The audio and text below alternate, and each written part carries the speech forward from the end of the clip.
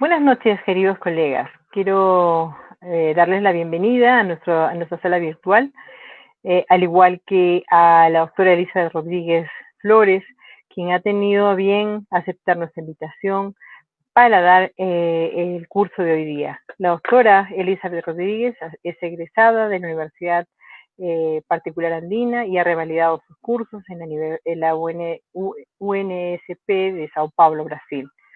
Ella además ha hecho la especialidad de cirugía y traumatología bucomaxilofacial en la ciudad de San Leopoldo de Mandí, Campiñas. Ha hecho la especialidad de implantología en la Facultad de Mozarteum en Sao Paulo, famoso.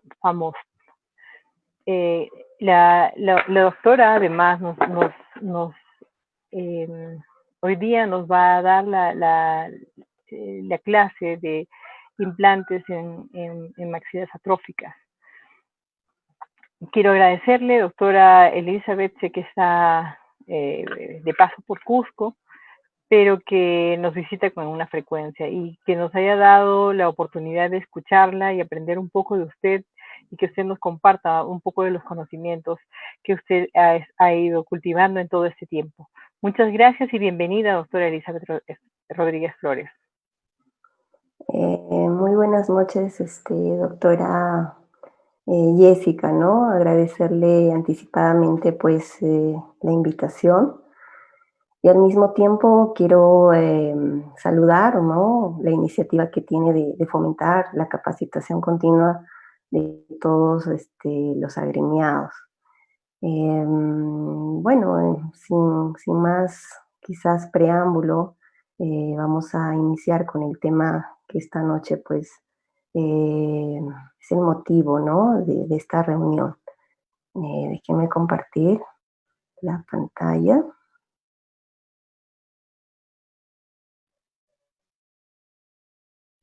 ¿Se escucha bien, verdad?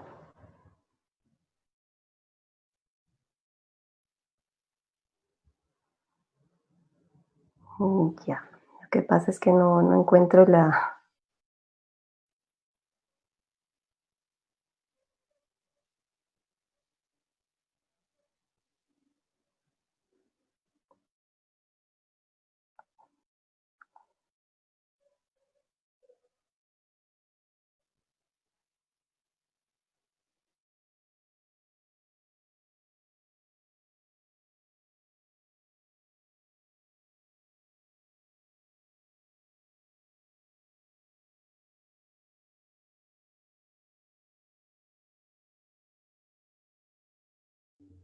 Listo, ¿pueden escucharme?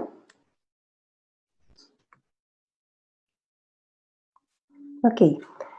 Bueno, como la doctora Jessica pudo mencionar, quienes habla es la doctora Elizabeth. Soy especialista en el área de cirugía y traumatología bucomaxilofacial y también especialista en el área de implantes. Y gracias a esta última capacitación en el posgrado es que puedo esta noche dirigirme a ustedes. Al inicio de mi especialidad en implantología, muchas interrogantes se plantearon, ¿no? Y una de las cuales fue lo que esta noche conversaremos, ¿no? El ítem que vamos a hablar esta noche. Sobre lo que son, ¿no? Esta interrogante, ¿no? Si era posible realizar implantes en lo que son las maxilas atróficas.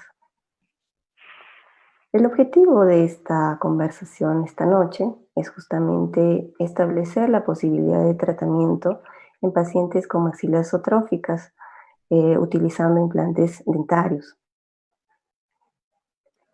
Así como en diferentes áreas médicas, ¿no?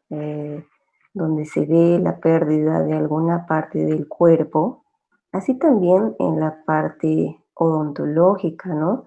La pérdida de los dientes también resulta un factor mutilante para el paciente. Y como vemos en esta imagen, ¿no? Eh, una persona que tiene los dientes estéticamente adecuados, ¿no? Y funcionales, ¿qué ocurriría si le quitásemos los dientes? Como sugiere la imagen, ¿no? Podemos ver que no es ya tan agradable. Entonces, estos pacientes que acuden a la consulta son pacientes generalmente con un cuadro eh, característico, ¿no? Como por ejemplo pacientes que son depresivos, pacientes que son retraídos, pacientes que muchas veces tienen el autoestima muy baja, ¿no? Y que van a tener estas dificultades sociales también de presentar una sonrisa, ¿no?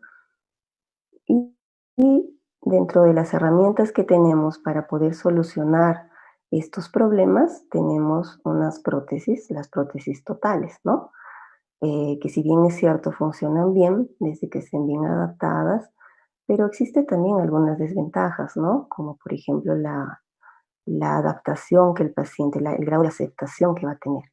Porque para quienes alguna vez han podido experimentar algún tipo de placa que tenga la maxila, ¿no? Con este paladar cubierto, podrá entender lo que esto simboliza y significa. Además que estos pacientes cuando sonríen o cuando, por ejemplo, muchos de ellos van a estornudar, tienen esa desconfianza porque asumen que se les va a desplazar hacia afuera. Recordando también que la inserción, por ejemplo, de muchos músculos a nivel de la lengua desplaza las prótesis hacia la parte de afuera, ¿no? Entonces, los pacientes que son desdentados, ya sea por la causa que sea, ¿no? Traumatismo, algún tipo de enfermedad periodontal, etcétera, son pacientes que, como les digo, tienen este perfil psicológico, ¿no? Son pacientes que tienen una vida prácticamente social acortada, es decir, no tienen esta vida social. Son pacientes depresivos, retraídos, como les digo, y, y bueno, la pérdida consecuente de los dientes también hace de que el soporte óseo se pierda. Y lo que nosotros hacemos para poder restablecer esto es utilizar algunas técnicas, ¿no? Como son, por ejemplo, los injertos que pueden ser extraídos de diferentes áreas del cuerpo, como podemos observar en las fotos a nivel de cráneo y de cresta ilíaca. ¿Para qué? Para que podamos tener la posibilidad de reinstalar, ¿no? O instalar implantes, ¿no? Que puedan sostener futuramente una prótesis y poder habilitar al paciente, ¿no? Rehabilitarlo oralmente. Sin embargo, ¿será que esto en términos de tiempo es lo mejor y lo más adecuado para nuestros pacientes? Quiero que se queden con esta pregunta porque vamos a resolverla más adelante. Y es así como que escenarios de este tipo generalmente nos encontramos en nuestra práctica, ¿no? En la consulta. Pacientes que vienen así y que van a requerir tratamiento. Y cuando muchas veces se quiere realizar, por ejemplo, implantes dentarios, a veces cuando se hace la cirugía no se encuentra la calidad de hueso que aparentemente vemos en el gráfico, ¿no? Entonces, es de mucho cuidado, ¿no? Hay que establecer y evaluar adecuadamente cada caso. O también vemos escenarios como estos, donde ya se ve una reabsorción mucho más marcada, ¿no? De los maxilares.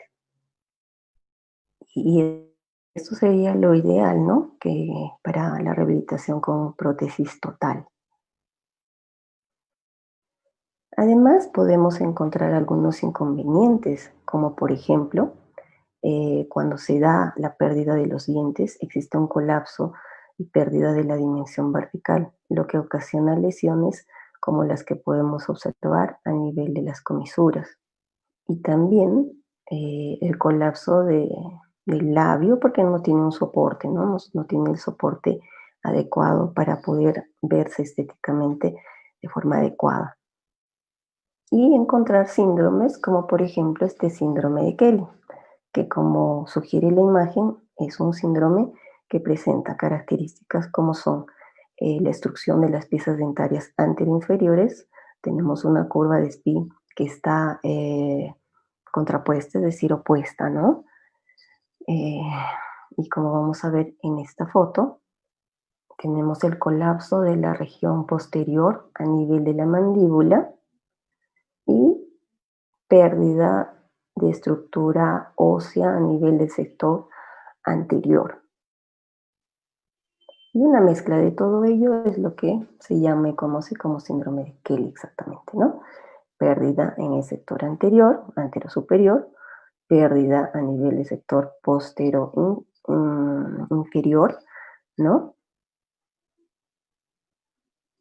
Y podemos observar clínicamente en esta foto el característico síndrome de Kelly. Radiográficamente lo que vamos a encontrar en estos pacientes, ¿no? Y aquí en este esquema podemos observar cómo se da la pérdida ósea, ¿no? Las características faciales que puede presentar un paciente.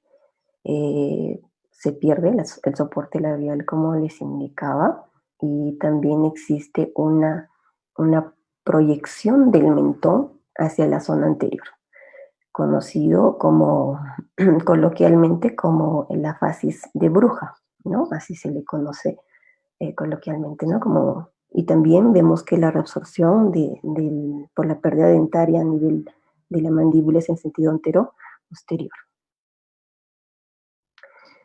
Ahora bien, en la maxila se pierde cerca de 2 a 4 milímetros de hueso en el primer año, después de la pérdida dentaria, y de 0,1 milímetros subsecuentemente. En la mandíbula el primer año existe una pérdida de 4 a 6 milímetros y de 0,4 milímetros anualmente. Como les vengo diciendo, existen características, ¿no? Cuando se pierde las piezas dentarias, como por ejemplo la proyección del mentón hacia la zona anterior, ¿no? Dando un aspecto más avejentado y haciendo que estas comisuras se noten más acentuadas. Y bueno, no podía hablar de implantes si no hablo de este gran hombre, ¿no? El profesor Branemark, que sin duda es un ícono en la historia, ¿no? De la medicina, ya que sus investigaciones marcaron mucho, ¿no? Considerado como el padre de la implantología dental moderna, y que en los años 60 hizo un trabajo de investigación donde introdujo una cámara óptica, ¿no? De titanio en fibras, en natividad y peroné de conejos para poder evaluar cambios celulares en la circulación. Él no tenía ninguna intención de encontrar nada para lo que es el área odontológica, pero acabó encontrándolo algo que revolucionó la implantología, ¿no? Y pues lo que él observó es que había una adherencia inusual sin interposición de tejido blando, lo que él bautizó, él bautizó como osteointegración, ¿no? Y imágenes como estas que dieron la vuelta al mundo, donde podemos observar, esto es una imagen microscópica de barrido, donde vemos un osteoblasto con su biocompatibilidad a la superficie de titanio. Y esto es lo que les hablaba, ¿no? La cámara de titanio que él colocó en la tibia y el peroné de conejos, ¿no? Y donde se observa claramente esta integración y cuando se retira, intenta remover este dispositivo, podemos ver la impregnación de las roscas, ¿no? En el hueso. Una imagen más de lo que nos quiso explicar Brånemark. Y juntamente con este personaje, que es el señor Larson, ¿no? Hicieron mucha historia también, ¿no? En lo que es el área de implantología. Este señor fue el primer humano donde pudieron realizar una cirugía de implantes y vivió con los implantes 40 años. Brånemark creó un protocolo o un sistema, ¿no? A través del cual podía rehabilitar maxilares atróficos, eh, maxilares desdentados, y lo bautizó con el nombre de protocolo, que consistía en la instalación de 6 implantes colocados equidistantes, ¿no? Paralelos entre sí, y lo bautizó con el nombre de protocolo porque para la instalación exigía ciertos parámetros para sus pacientes. Por ejemplo, que todos sus pacientes tengan una salud sistémica adecuada, no tengan problemas sistémicos, y era muy metódico, ¿no? En la instalación de estos implantes. Entonces, por eso que lo bautizó como protocolo y actualmente también se utiliza este término, ¿no? Una frase que dijo Brånemark y con la que yo concuerdo personalmente es lo siguiente: nadie debería morir con los dientes colocados en un vaso con agua, ¿no? Una frase que a mí realmente me marcó y porque considero que esto no debería continuar, ¿verdad?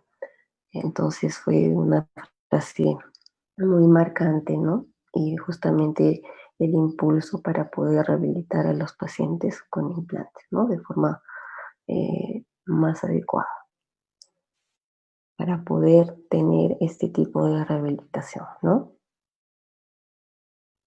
Pero ¿qué ocurre si tenemos maxilares donde no tenemos cantidad de hueso, ¿no? Donde no podemos colocar los implantes de forma paralela, como lo señaló Brånemark. ¿Qué podemos hacer aquí? Entonces aquí podemos tomar, digamos, ayuda de lo que son los injertos óseos, ¿no? Y vamos a hablar un poquito sobre ello. Por ejemplo, los tipos de injerto, como son el aloinjerto, que son materiales que van a provenir de otra especie, ¿cierto? Los seminjertos, que son materiales provenientes de otras especies. Y los autoinjertos, que van a ser retirados del mismo individuo, ¿no?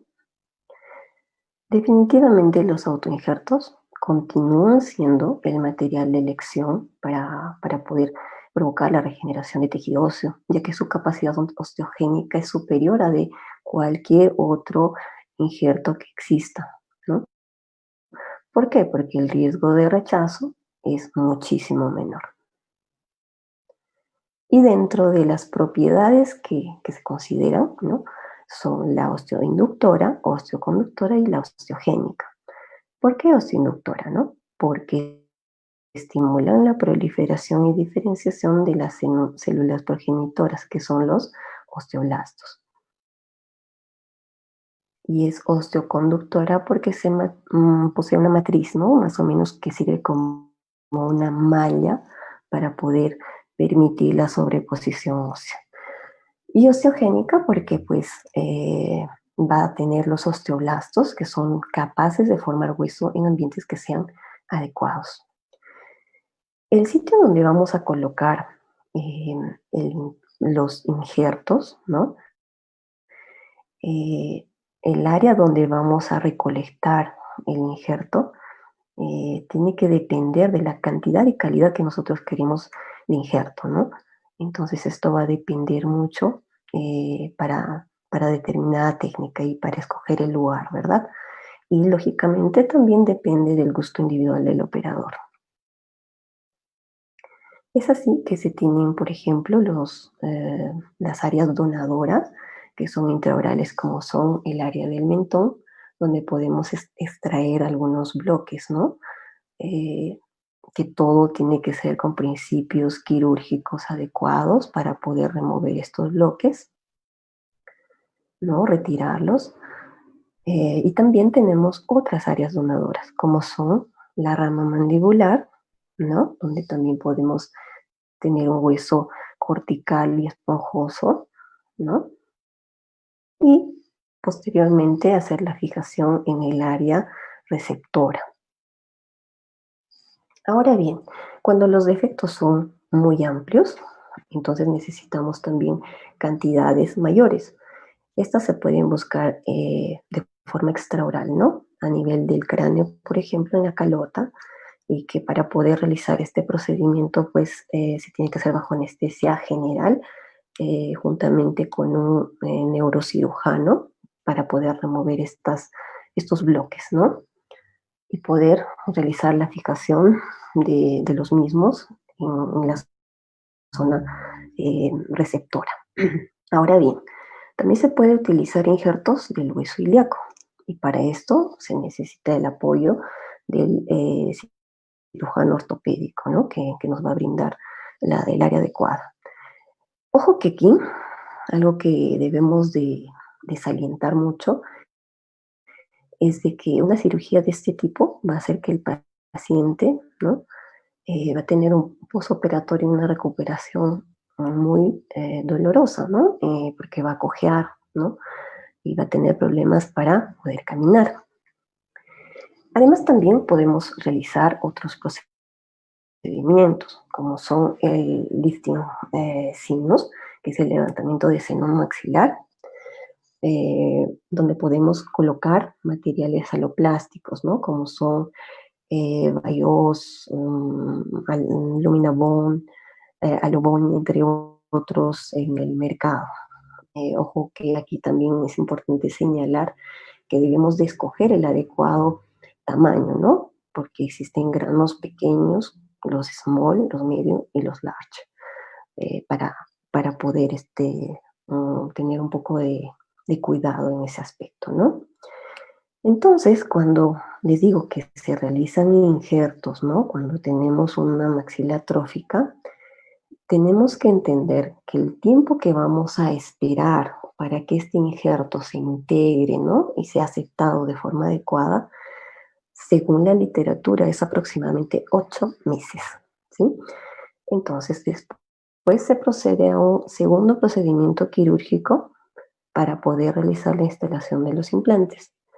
Y se tiene que esperar también unos 6 a 8 meses para que los implantes integren. Entonces, estamos hablando de año y 4 meses a año y medio que el paciente tiene que esperar con muchas molestias porque no va a poder comer de forma adecuada y además sin contar el riesgo de que los implantes puedan fracasar. O también los injertos no se integren, ¿no? Y también puedan fracasar. ¿Listo? Entonces, surge aquí la interrogante de, ¿será que esto es lo mejor que le podemos entregar a nuestro paciente? ¿Será que él puede o ella puede esperar este tiempo, ¿no? Y que puede vivir ese año y medio sin poder comer bien, sin poder sonreír bien, y tener ese tiempo, ¿no? Esperando a que se pueda rehabilitar. Esas mismas preguntas se planteó un un portugués que es Paulo Maló, ¿no? Quien pues es un, es un creador de un sistema, ¿no? Que justamente nació para poder tratar estas maxilas atróficas, ¿no? Y juntamente con su equipo de trabajo, ¿no? Su equipo de investigación, en el año 1993, desenvolvió lo que conoce y él mismo bautizó como la técnica Olonford, todo sobre cuatro. Y fue muy reconocido por la comunidad médica, ¿no? Y también odontológica. Esto en el año de 1998, ¿no? Y el año de 1995, él fundó sus diferentes clínicas, ¿no? Y es un profesional con mucho éxito y bueno, tiene clínicas, las famosas clínicas Maló, que tienen sedes en Portugal, Lisboa, en Brasil, en China y Estados Unidos. Y bueno, esta técnica, como les vengo diciendo, no requiere de injertos óseos, solo requiere la utilización de 4 implantes y es considerada una revolución para lo que es la implantología moderna. ¿Y en qué consiste? Consiste en la instalación de 4 implantes, los dos distales inclinados, tangenciados ellos, ¿no? Y a nivel inferior de la misma forma, ¿no? Siempre respetando las estructuras nobles que tenemos, a nivel de maxila el seno maxilar y a nivel de mandíbula el nervio dentario inferior. Entonces él creó una especie de también protocolo, ¿no? De instalación de estos implantes, utilizando un guía, como podemos ver en la foto número 2, para poder conseguir esa, esa instalación distal de los implantes con una angulación de 45 grados, ¿no? Y posteriormente estas puedan soportar una prótesis fija, ¿no?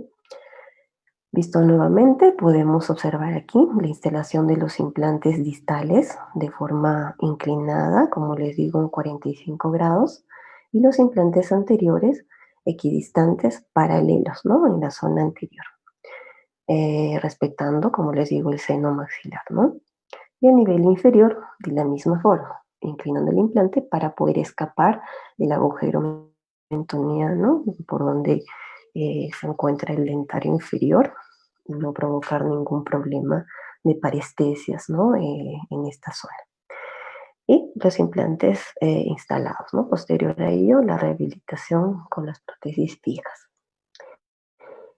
Para entender lo que voy a hablar a continuación, es importante que podamos comprender ciertos términos, como por ejemplo lo que es la biomecánica. La biomecánica es la ingeniería mecánica que va a estudiar a los tejidos biológicos en su estado dinámico y estático, y que va a medir la fuerza, la presión y la tensión. Vamos a resumir un poquito esto. Cuando existe aumento de fuerza, lo que va a existir es un aumento del estrés y por ende también un aumento en la tensión. Esto va a ocasionar que exista mayor diferencia de deformación y por ende va a darse un daño óseo mayor. Entonces, si se supera la capacidad de reparación ósea, no vamos a conseguir lo que descubrió nuestro profesor Branemark, que es la osteointegración. Entonces, para evaluar de forma laboratorial, por ejemplo, un implante, se utiliza lo que es conocido como análisis de elemento finito, ¿ok? Que es una técnica de simulación computacional a través de la cual se transfiere una estructura a un software especial y pueden aplicarse diferentes fuerzas. Como podemos ver en el gráfico, existen cambios de coloración. Entonces, mientras más se acerca al rojo, entonces es porque se aplica una fuerza mayor, ¿no? Para poder comprender lo que voy a conversar ahora. Entonces, vamos a revisar algunos artículos, ¿no? Por ejemplo, Sampellis y sus colaboradores hicieron un trabajo de investigación, ¿no? Utilizando elementos finitos, preparando, ¿no? Utilizando implantes inclinados, unidos, para ver si mejoraba el soporte prostodóntico, ¿no? O protésico. ¿Qué hicieron ellos? Aplicaron una fuerza de 50 newtons, ¿sí? Y los aplicaron estas fuerzas a nivel distal, ¿no? Como podemos observar. Esta zona que ustedes ven se llama cantilever, ¿ok? Es el cantilever y aplicaron una fuerza justamente en esa zona. Y aquí se tenía una angulación de 45 grados del último implante, aquí también, pero sin cantilever, y aquí se tenía un implante de mayor longitud.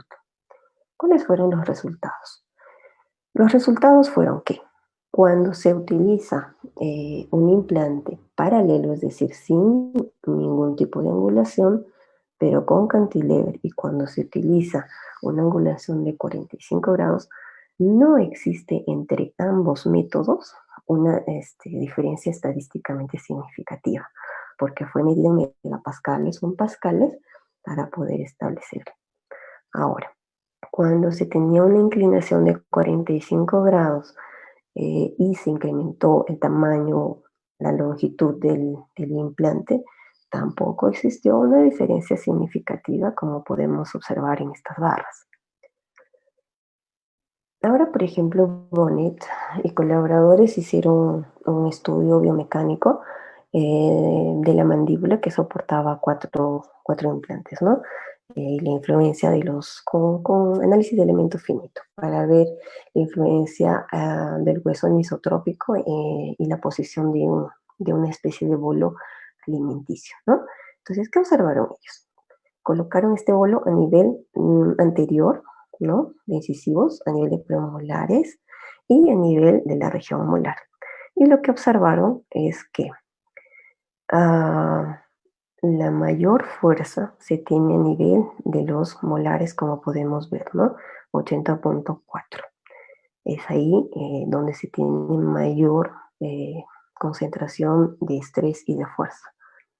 Ahora, Takahashi, lo que ellos hicieron en 2010, igual, aplicaron una fuerza de 50 newtons, pero en diferentes escenarios. Creo que aquí quiero que presten mucha atención.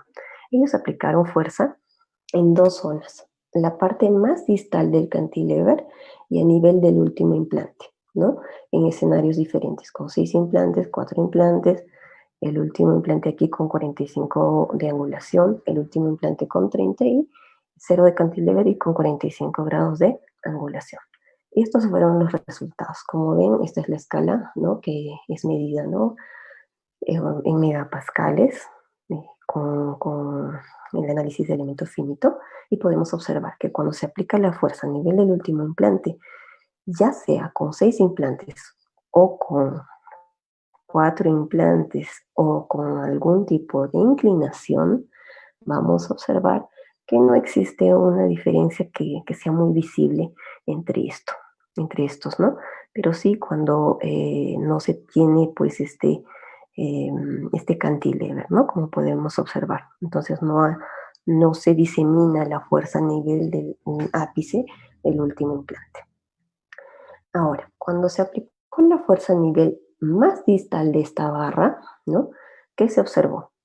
Nuevamente les digo, comparando 6 implantes, 4 implantes, cuando el implante estaba inclinado, y observen esta imagen, ¿no? Entre la primera y la segunda, vamos a ver que no existen muchas diferencias. Entonces, esto podría justificar el hecho de usar 4 implantes. ¿Por qué? Porque utilizando 6 implantes se obtienen los mismos resultados, ¿no? Entonces, hay muchos profesionales que utilizan muchos implantes con la intención de estar más seguros, ¿no? Pero como vemos, no hay diferencias, ¿no? Ahora, cuando está angulado, incluso más angulado el último implante, podemos ver que esa carga, es decir, el enrojecimiento que vemos a nivel de cortical, ¿no? Más o menos en la cabeza del implante, del conector, es muchísimo menor, ¿no? Es mucho menor. Ahora fácil, lo que hicieron también es para ver con elementos finitos la configuración de la prótesis, ¿no? Ellos utilizaron diferentes configuraciones, usaron 4 implantes, 5 implantes, 4 implantes, o el sistema All-on-4 con 17 grados de angulación y con 34 de angulación. Entonces ellos lo que vieron es que cuando se usa una All-on-4 con 34 grados de angulación, los resultados son mejores, ¿no? En la interfase hueso-implante, donde se ve menos carga, ¿no? Se ve mucho menos. Solo que a nivel cortical del hueso sí presenta un poquito más, digamos, de estrés, ¿no? Pero a nivel de hueso esponjoso ya no tanto. Ahora Beggy lo que hizo, lo que hicieron ellos también era ver la transferencia de los mecanismos, ¿no? De las fuerzas, de las cargas sobre una prótesis, ¿no? Soportada por 4 implantes. Aplicaron 3 fuerzas, una de 50 newtons, de 100 y de 150 newtons. Una con el sistema All-on-4 y otro con el Sync-on, que es también un sistema donde todos los implantes son paralelos, ¿no? Entonces podemos observar, de acuerdo a los gráficos, de que la coloración, que les digo, ¿no? Que cambia más, se ve más acentuada con la utilización de los implantes todos paralelos, ¿no? Esto se realizó tanto en mandíbula como en maxila. Las imágenes son de mandíbula. Y cuando se vio en maxila la aplicación de las mismas fuerzas, de la misma forma, entonces se puede observar muchísimos o mejores resultados en relación a la distribución de las cargas que se tenía, ¿no? Por lo tanto, el sistema All-on-4 está así aprobado y recomendado para poder aplicarse las fuerzas, porque las fuerzas se disipan, ¿no? Ahora, Hussein lo que hizo en 2015 fue también hacer una comparativa del sistema, ¿no? Solamente que él hizo algunas variantes que lo que hicieron fue justamente separar aquí los implantes anteriores en el primer gráfico, en el segundo gráfico es el estándar, y a nivel del tercer gráfico, el tercer modelo, tenemos los implantes anteriores inclinados. Y lo que observó que donde se tiene mejor resultado es en el segundo modelo, en el segundo diseño, ¿no? Como podemos observar en las barras. Y lo que no se recomienda realizar es el tercer modelo, ¿no? El tercer diseño, donde se inclinan los implantes anteriores. No lo recomienda. Ahora Beck lo que hicieron fue un análisis fotoelástico, ¿no? Donde ellos querían saber a qué nivel, ¿no? Si a nivel cervical, medio o apical, a dónde se presentaba más el grado de estrés. Y estos fueron los resultados que presentó, ¿no? Donde se tenía mayor grado de estrés, como podemos observar, eh, generalmente es a nivel de la cresta, ¿no? Y donde no se tiene mucho grado de estrés es a nivel del tercio medio del implante, ¿no? Ahora bien, con toda esta información, también era importante, o es importante, evaluar los artículos científicos que hablan del sistema de forma positiva y aquellos que hablan de forma negativa. Y colocar todo esto en una balanza, ¿no? Para tener noción. Entonces, como ustedes pueden ver, los artículos que hablan bien del sistema son muchos y solo tenemos 3 artículos que hablan, que tienen sus dudas sobre el funcionamiento adecuado, utilizando diferentes metodologías para ello, ¿no? Este cuadro, ¿no? Este esquema es de mi autoría. Lo que yo hice es justamente leer muchos artículos en referencia del tema, pero todos eran clínicos, ¿no? Realizados en pacientes, ¿no? Entonces, yo quería saber el índice de éxito del sistema y coloqué todos los artículos que leí, ¿no? Para poder establecer qué tanto podían ser buenos, ¿no? En la mayoría de ellos, como les digo, llegan al 98.9% de éxito, ¿no? Del tratamiento. Entonces, eh, si comparamos, ¿no? Los resultados es ampliamente aceptado, ampliamente estudiado, ¿no? Y lógicamente aplicado en la parte clínica de forma exitosa. Algunos artículos solo lo aplicaban a nivel de mandíbula, otros en mandíbula y maxila, otros solo en maxila y también estudiaban la parte protésica, ¿no? Donde se tiene un poquito más, digamos, de quiebre es a nivel de la prótesis, donde quizás ya ese es otro tema, ¿no? Un trabajo ya diferente que compete más a la parte técnica y de rehabilitación. Además, también sometí a estos mismos artículos, ¿no? Porque este cuadro también lo hice yo, al tiempo de seguimiento, al follow-up, ¿no? Al seguimiento en cuestiones de tiempo, porque no es lo mismo hablar de un artículo que me cuenta, digamos, es la experiencia clínica de muchos pacientes en un año a, por ejemplo, de 10 años. Y recordemos que Branemark, antes de lanzar, por ejemplo, sus investigaciones, tuvo un acompañamiento de más o menos 13 hasta 20 años, ¿no?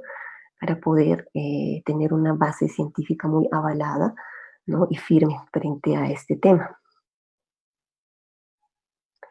Entonces, la técnica Longford, como les vengo diciendo, no necesita injertos.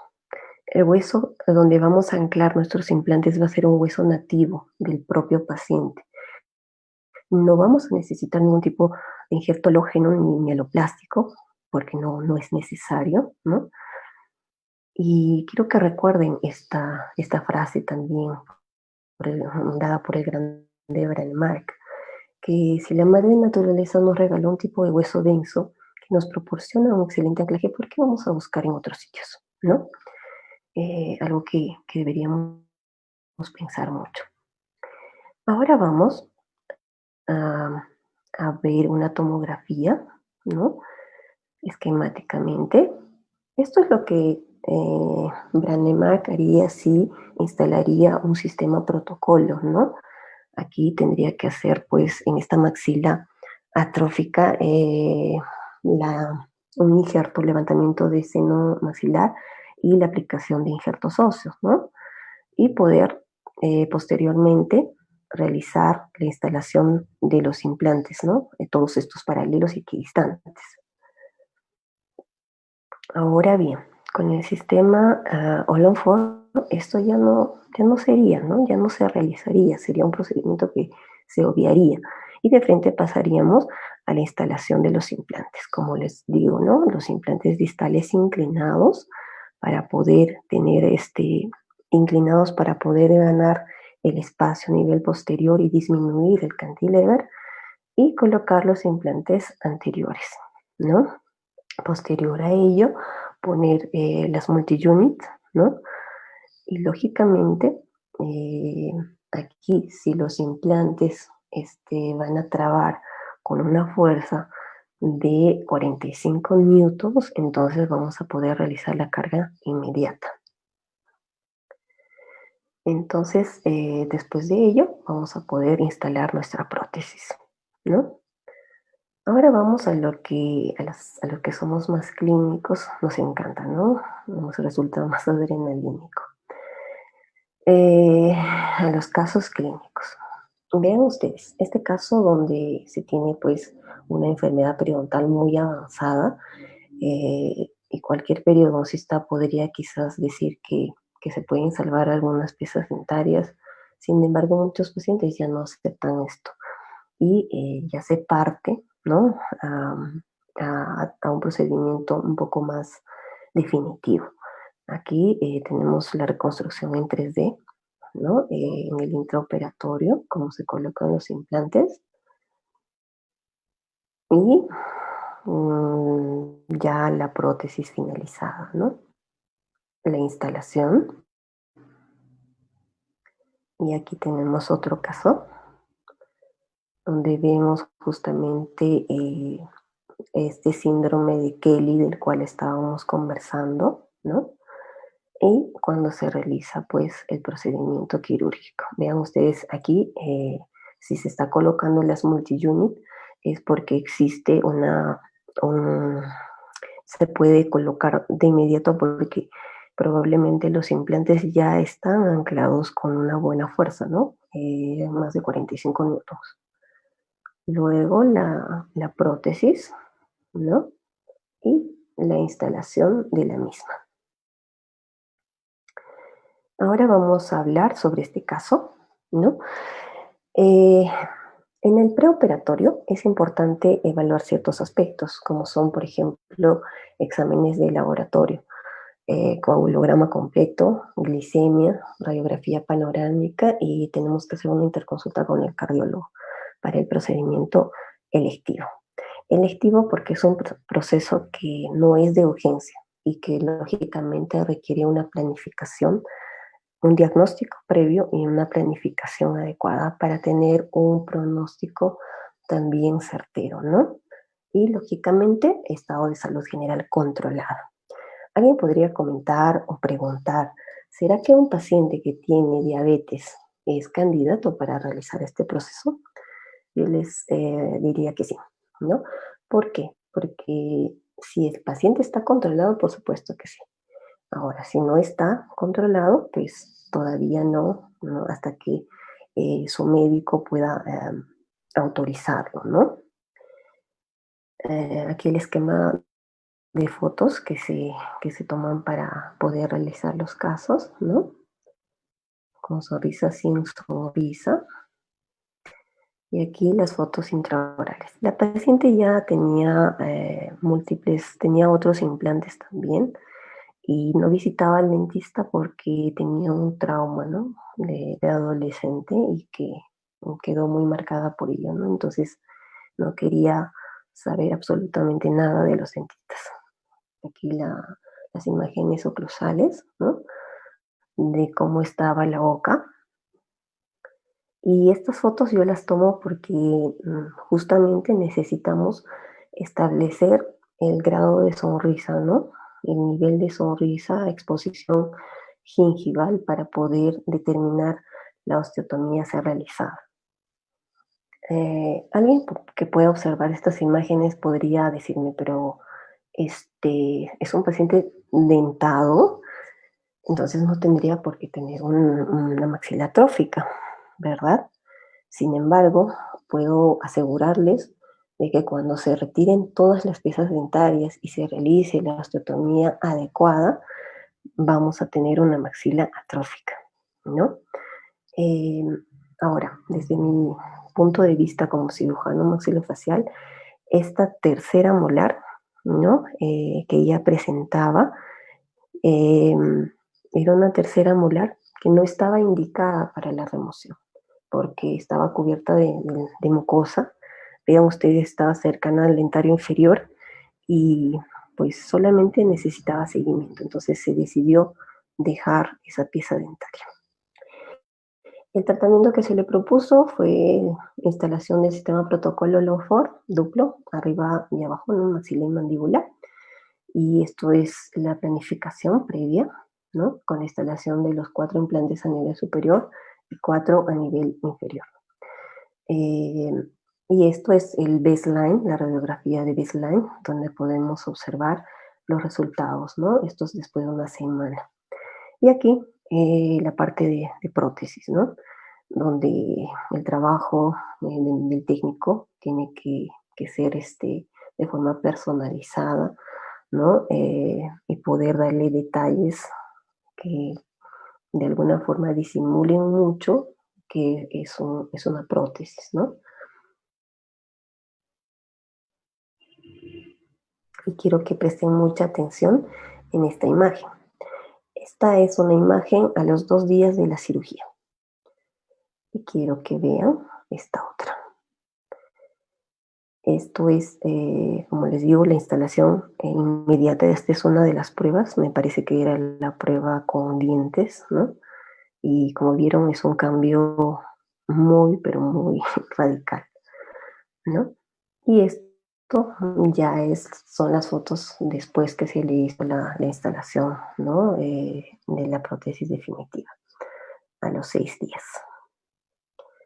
¿no? Y la sonrisa y lógicamente la felicidad, ¿no? De la paciente. Las fotos bueno, la foto que observamos en la parte superior es una foto que, como ven, está un poco borrosa porque justamente la paciente me lo pasó. Es una foto de cuando la paciente era joven. Esta foto es la foto de su hija. Y esta foto es como quedó, las características con las cuales pudimos llegar a un resultado muy aceptable, que la paciente quedó encantada con los resultados, ¿no? Eh, es importante, como les digo, esa comunicación con la parte técnica para poder lograr resultados de este tipo. Ahora bien, en este otro caso vamos a observar, ¿no? Es un caso muy parecido, el mismo protocolo de las fotos, ¿no? Extraorales, con sonrisa, sin sonrisa, para poder establecer, ¿no? Grado de soporte labial, entre otros aspectos importantes.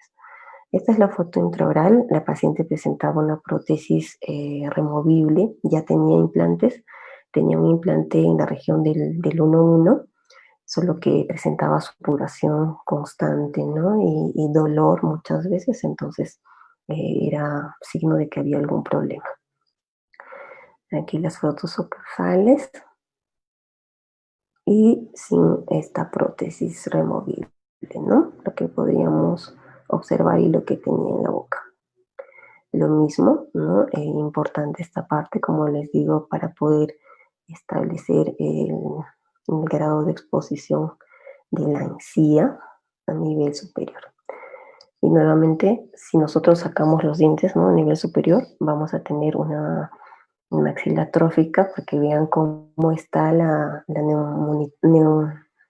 los senos maxilares están neumatizados ampliamente, entonces ocasionan este tipo de problema, ¿no? Donde se ve muy poco espacio para poder realizar la instalación de los implantes. Esto fue lo que se propuso, ¿no? Instalarle los 4 implantes a nivel superior, respetando, como les digo, las estructuras anatómicas y también a nivel inferior.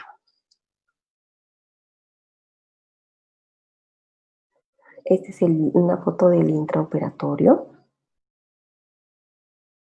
Y vean ustedes, ¿no? Se observan a nivel donde estaba este implante, a nivel del 1-1, vean el tejido un granulomatoso que se había formado, ¿no? Justamente porque ya esta zona estaba con supuración crónica, ¿no? Y dolor. Entonces, había perdido incluso estructura ósea. Y aquí después de la limpieza y la osteotomía, ¿no? Y vean ustedes nuevamente esta foto y vamos a ver los cambios. Vean ustedes la transformación que sufren los pacientes. Por eso les decía que esta parte de la implantología a mí me llamó muchísimo la atención, porque los resultados son dramáticos, ¿no? Y no solamente se puede ver la parte mm, dental del paciente, ¿no? Sino se puede influenciar en muchos otros aspectos, como es el autoestima del paciente. Entonces, si ustedes observaron la foto anterior, la paciente estaba, ¿no? Con el cabello descuidada, ¿no? Aquí ya hasta se pintó el cabello, ¿no? Entonces, se levanta la autoestima del paciente. Aquí más fotos, ¿no? La parte de la prótesis, que como les digo, mucho depende aquí del capricho que tenga el protesista para poder acercarse mucho a la realidad, ¿no? Esto fue lo que se planeó y esta es la radiografía de baseline, ¿no? Posterior que se tomó.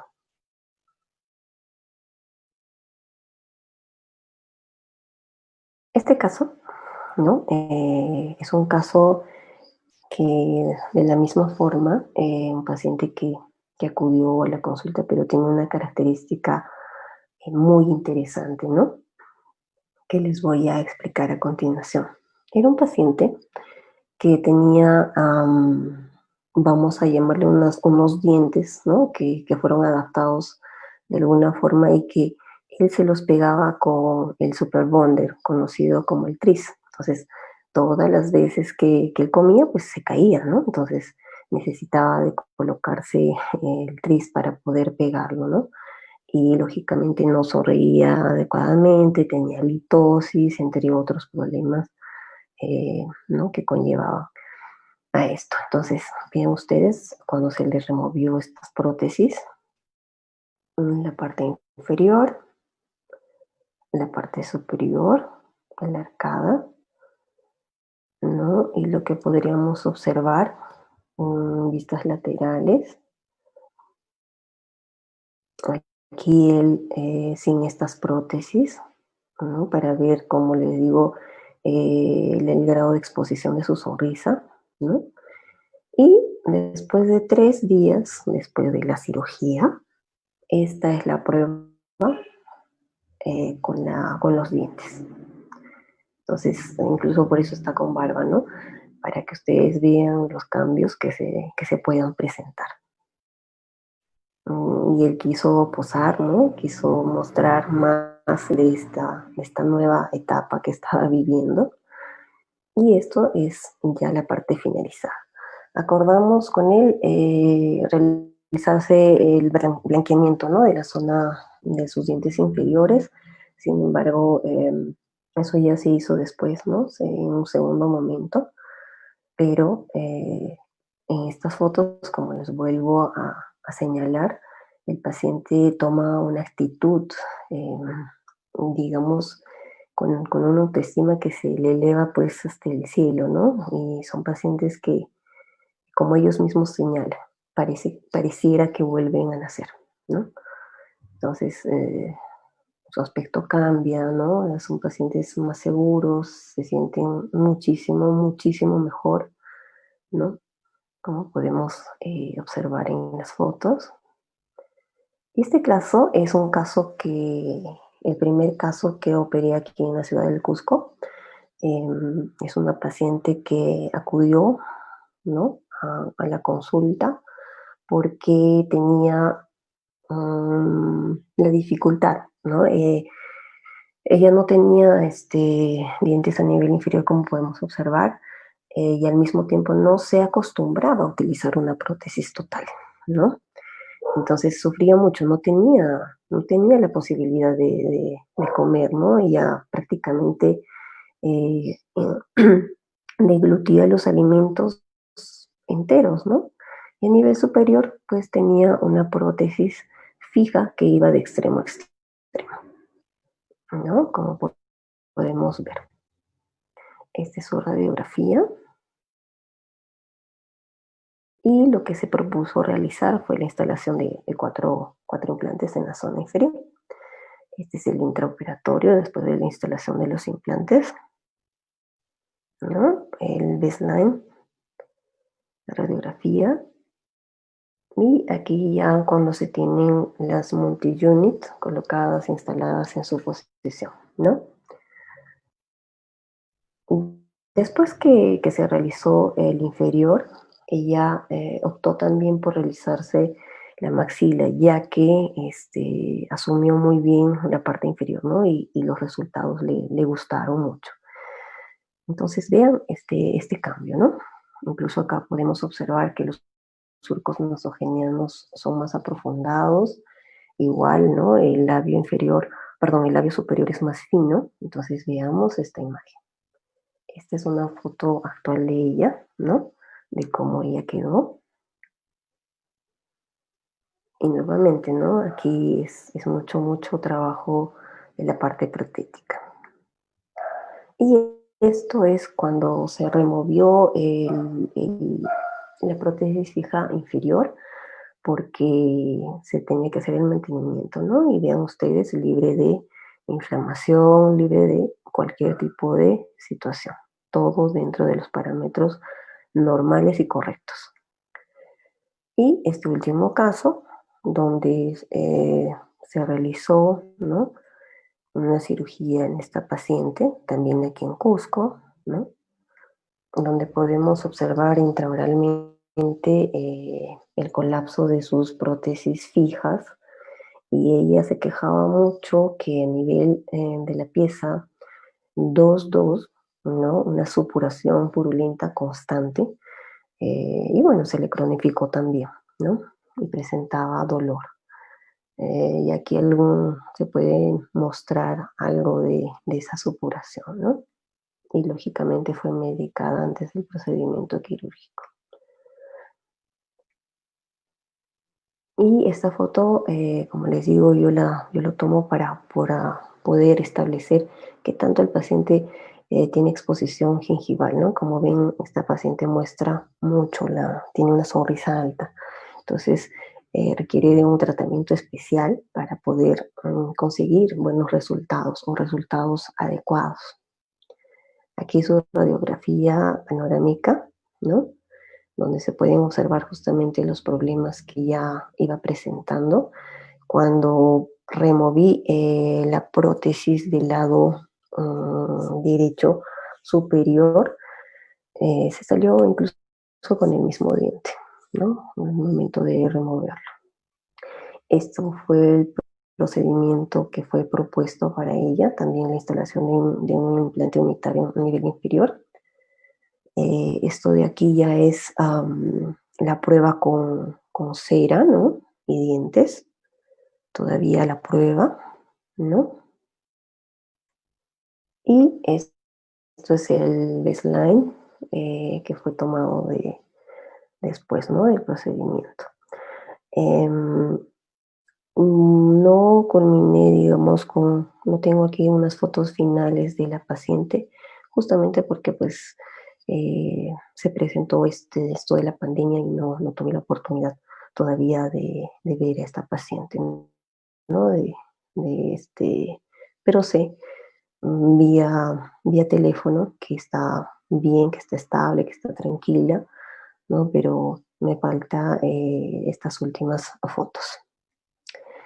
Entonces, doctores, la técnica Ollon-4, ¿no? Es una técnica en la cual no vamos a utilizar injertos óseos, ¿sí? Se realiza un único procedimiento desde que se consiga trabar los implantes con una fuerza de 40 newtons y todo se realiza sobre un hueso de mejor calidad, ¿no? Un hueso nativo. Tiene una alta aceptación, un alto índice de éxito y aparte, pues porque tiene un envasamiento científico grande que lo respalda, ¿no? Ahora, también se puede permitir el uso de implantes mucho más largos, justamente por esta angulación que se hace. En vez de, por ejemplo, utilizar un implante de 13 milímetros, podemos usar uno de 16 milímetros y los dientes pueden ser instalados de forma, ya la prótesis, ¿no? En aproximadamente 3 días. La verdad que esto va a depender mucho de la disponibilidad que tengamos con nuestro protecista, ¿no? Porque muchas veces, por ejemplo, existen algunas clínicas que cuentan con el protecista prácticamente al lado, ¿no? Y la rehabilitación se puede hacer en un solo día. Y nos permite realizar una estética personalizada. Pues bien, para responder la interrogante inicial, sí, efectivamente, podemos realizar implantes en maxilas atróficas sin la utilización de los implantes, perdón, de los injertos, pero ojo aquí, si una maxila es demasiado atrófica, entonces tenemos que conocer esa limitación, porque lo que se sugiere es que podríamos utilizar ahí lo que son los implantes cigomáticos, ¿no? Para poder resolver el caso, que eso es ya otro tema, otra historia, ¿verdad? Ahora, se tiene un considerable índice de éxito del tratamiento de estas maxilas atróficas, ¿no? Como hemos podido ver, que tiene un respaldo científico muy amplio. Y el uso de este modelo de análisis de elemento finito continúa siendo pues un gol estándar para poder evaluar los implantes, ¿no? Ya que no se pueden aplicar o no se pueden realizar en seres humanos, no se les puede retirar los implantes, ¿no? Existen limitaciones. Entonces, este es una alternativa que se puede utilizar para hacer estudios de laboratorio. Y para finalizar, pues para elevar justamente el potencial de la técnica, deben ser realizados nuevos estudios, perdón, nuevos estudios clínicos y laboratoriales, ¿no? Deben ser estimulados para poder ver si este sistema es lo que realmente les acabo de mostrar, ¿no? Eh, bueno, en cuanto a la bibliografía que les podría yo recomendar para los que se quieren ilustrar un poquito más sobre este tema, se quieren empapar mejor de este tema, este libro del gran maestro y amigo Abilio Copedé, que es Soluciones Clínicas, que también fue mi orientador en mi TCC, ¿no? En el área de implantes. Y también muy amigo y conocido del autor del segundo libro que les presento, que es Reginaldo Melloranza, ¿no? Y que sin duda son libros que pueden ayudarlos mucho a poder aclarar muchas dudas que todavía quizás queden, ¿no? Yo se los súper recomiendo. Para mí principalmente son una Biblia, ¿no? Pues bien, quiero agradecerles a todos los que han participado esta noche. Muchísimas gracias y también agradecerle a la doctora Jessica, ¿no? Por esta cordial invitación. Y bueno, decirles que a pesar de los momentos difíciles que estamos viviendo, que nos está tocando vivir, debemos ser como este profesor huancabelicano, ¿no?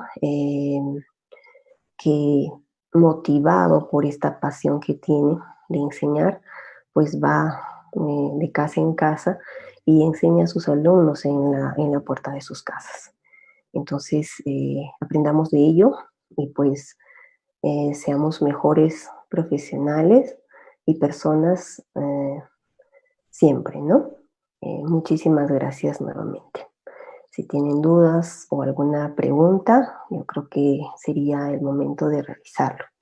Y bueno, aquí también les dejo mis contactos, ¿no? Para quienes quieran de repente discutir un caso o llevar un caso juntamente o también realizarlo de forma multidisciplinar, como lo realizamos en nuestra sede en Lima, ¿no? En LINCE, eh, y podamos resolver, digamos, y dar la atención adecuada a nuestros pacientes.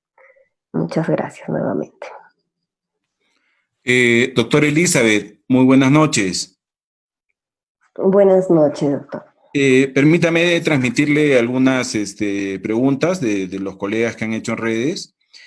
La doctora Miruska Condori pregunta, ¿cada cuánto tiempo se realiza la remoción de la prótesis para realizar el mantenimiento? La remoción de las prótesis se tiene que realizar a cada 6 meses porque requiere, pues, como bien dice, ¿no? Mantenimiento. Muchas veces las roscas suelen tener un desgaste, ¿no? A veces se tienen que cambiar las roscas o ajustar los componentes, ¿no? Y aparte limpiar la prótesis. Pero para mejorar, digamos, la higiene de estos pacientes, siempre se tiene que recomendar los conocidos como water pick, ¿no? Que son los jatos de aire, ¿no? Que pueden limpiar de forma adecuada en sus domicilios, ¿no? En los pacientes. Perfecto. El doctor José Luis Castorela pregunta, ¿de qué longitud son los implantes angulados? Los implantes angulados, bueno, como eso va a depender de la disponibilidad y la estructura que podamos tener. Por ejemplo, ¿no? Me ha tocado en algunos casos instalar implantes de 13 milímetros, por ejemplo, ¿no? Porque no se tenía más estructura. Ahora, lo que se quiere lograr es justamente colocar implantes más largos, ¿no? Como son los de 16, para conseguir un mejor anclaje. Recordemos que mientras mayor superficie de contacto tengamos, entonces vamos a tener un mayor anclaje, ¿no? Pero puede utilizarse, como les digo, implantes de 16. Yo siempre los utilizo, pero también puede darse el caso de utilizar implantes de 13 milímetros. Pero menos que eso yo creo que no sería viable, ¿no? Uno de 10, no, o sea, no creo que ya sea tan viable. Perfecto. Muchas gracias, doctora. En nombre del Consejo Administrativo Regional del Cusco, quiero agradecerle porque desde un primer inicio pues aceptó nuestra invitación para este ciclo de conferencias virtuales que venimos organizando. Su participación esta noche ha sido muy importante e ilustrativa para todos nosotros. Reitero nuestro agradecimiento, doctora Elizabeth, comprometiéndola pues para una próxima oportunidad. Muchas gracias también a todos los colegas que nos han acompañado el día de hoy. Probablemente puedan también los colegas que no tuvieron la oportunidad de verlo. El video va a estar colgado en nuestra página de Facebook para que lo puedan revisar.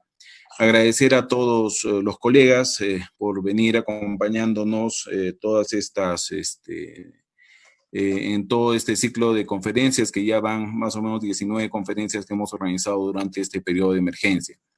Quiero aprovechar la oportunidad también para saludar a todos los papás de la familia odontológica, transmitir el saludo de todo el Consejo de Administración Regional, que pasen mañana un lindo día.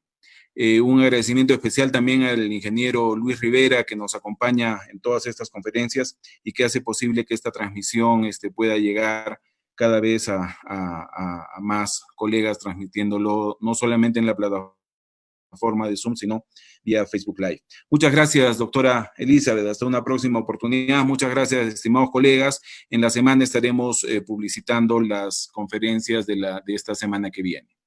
Buenas noches. Gracias, doctor. Muchísimas gracias de nuevo. Hasta entonces. Gracias, doctora.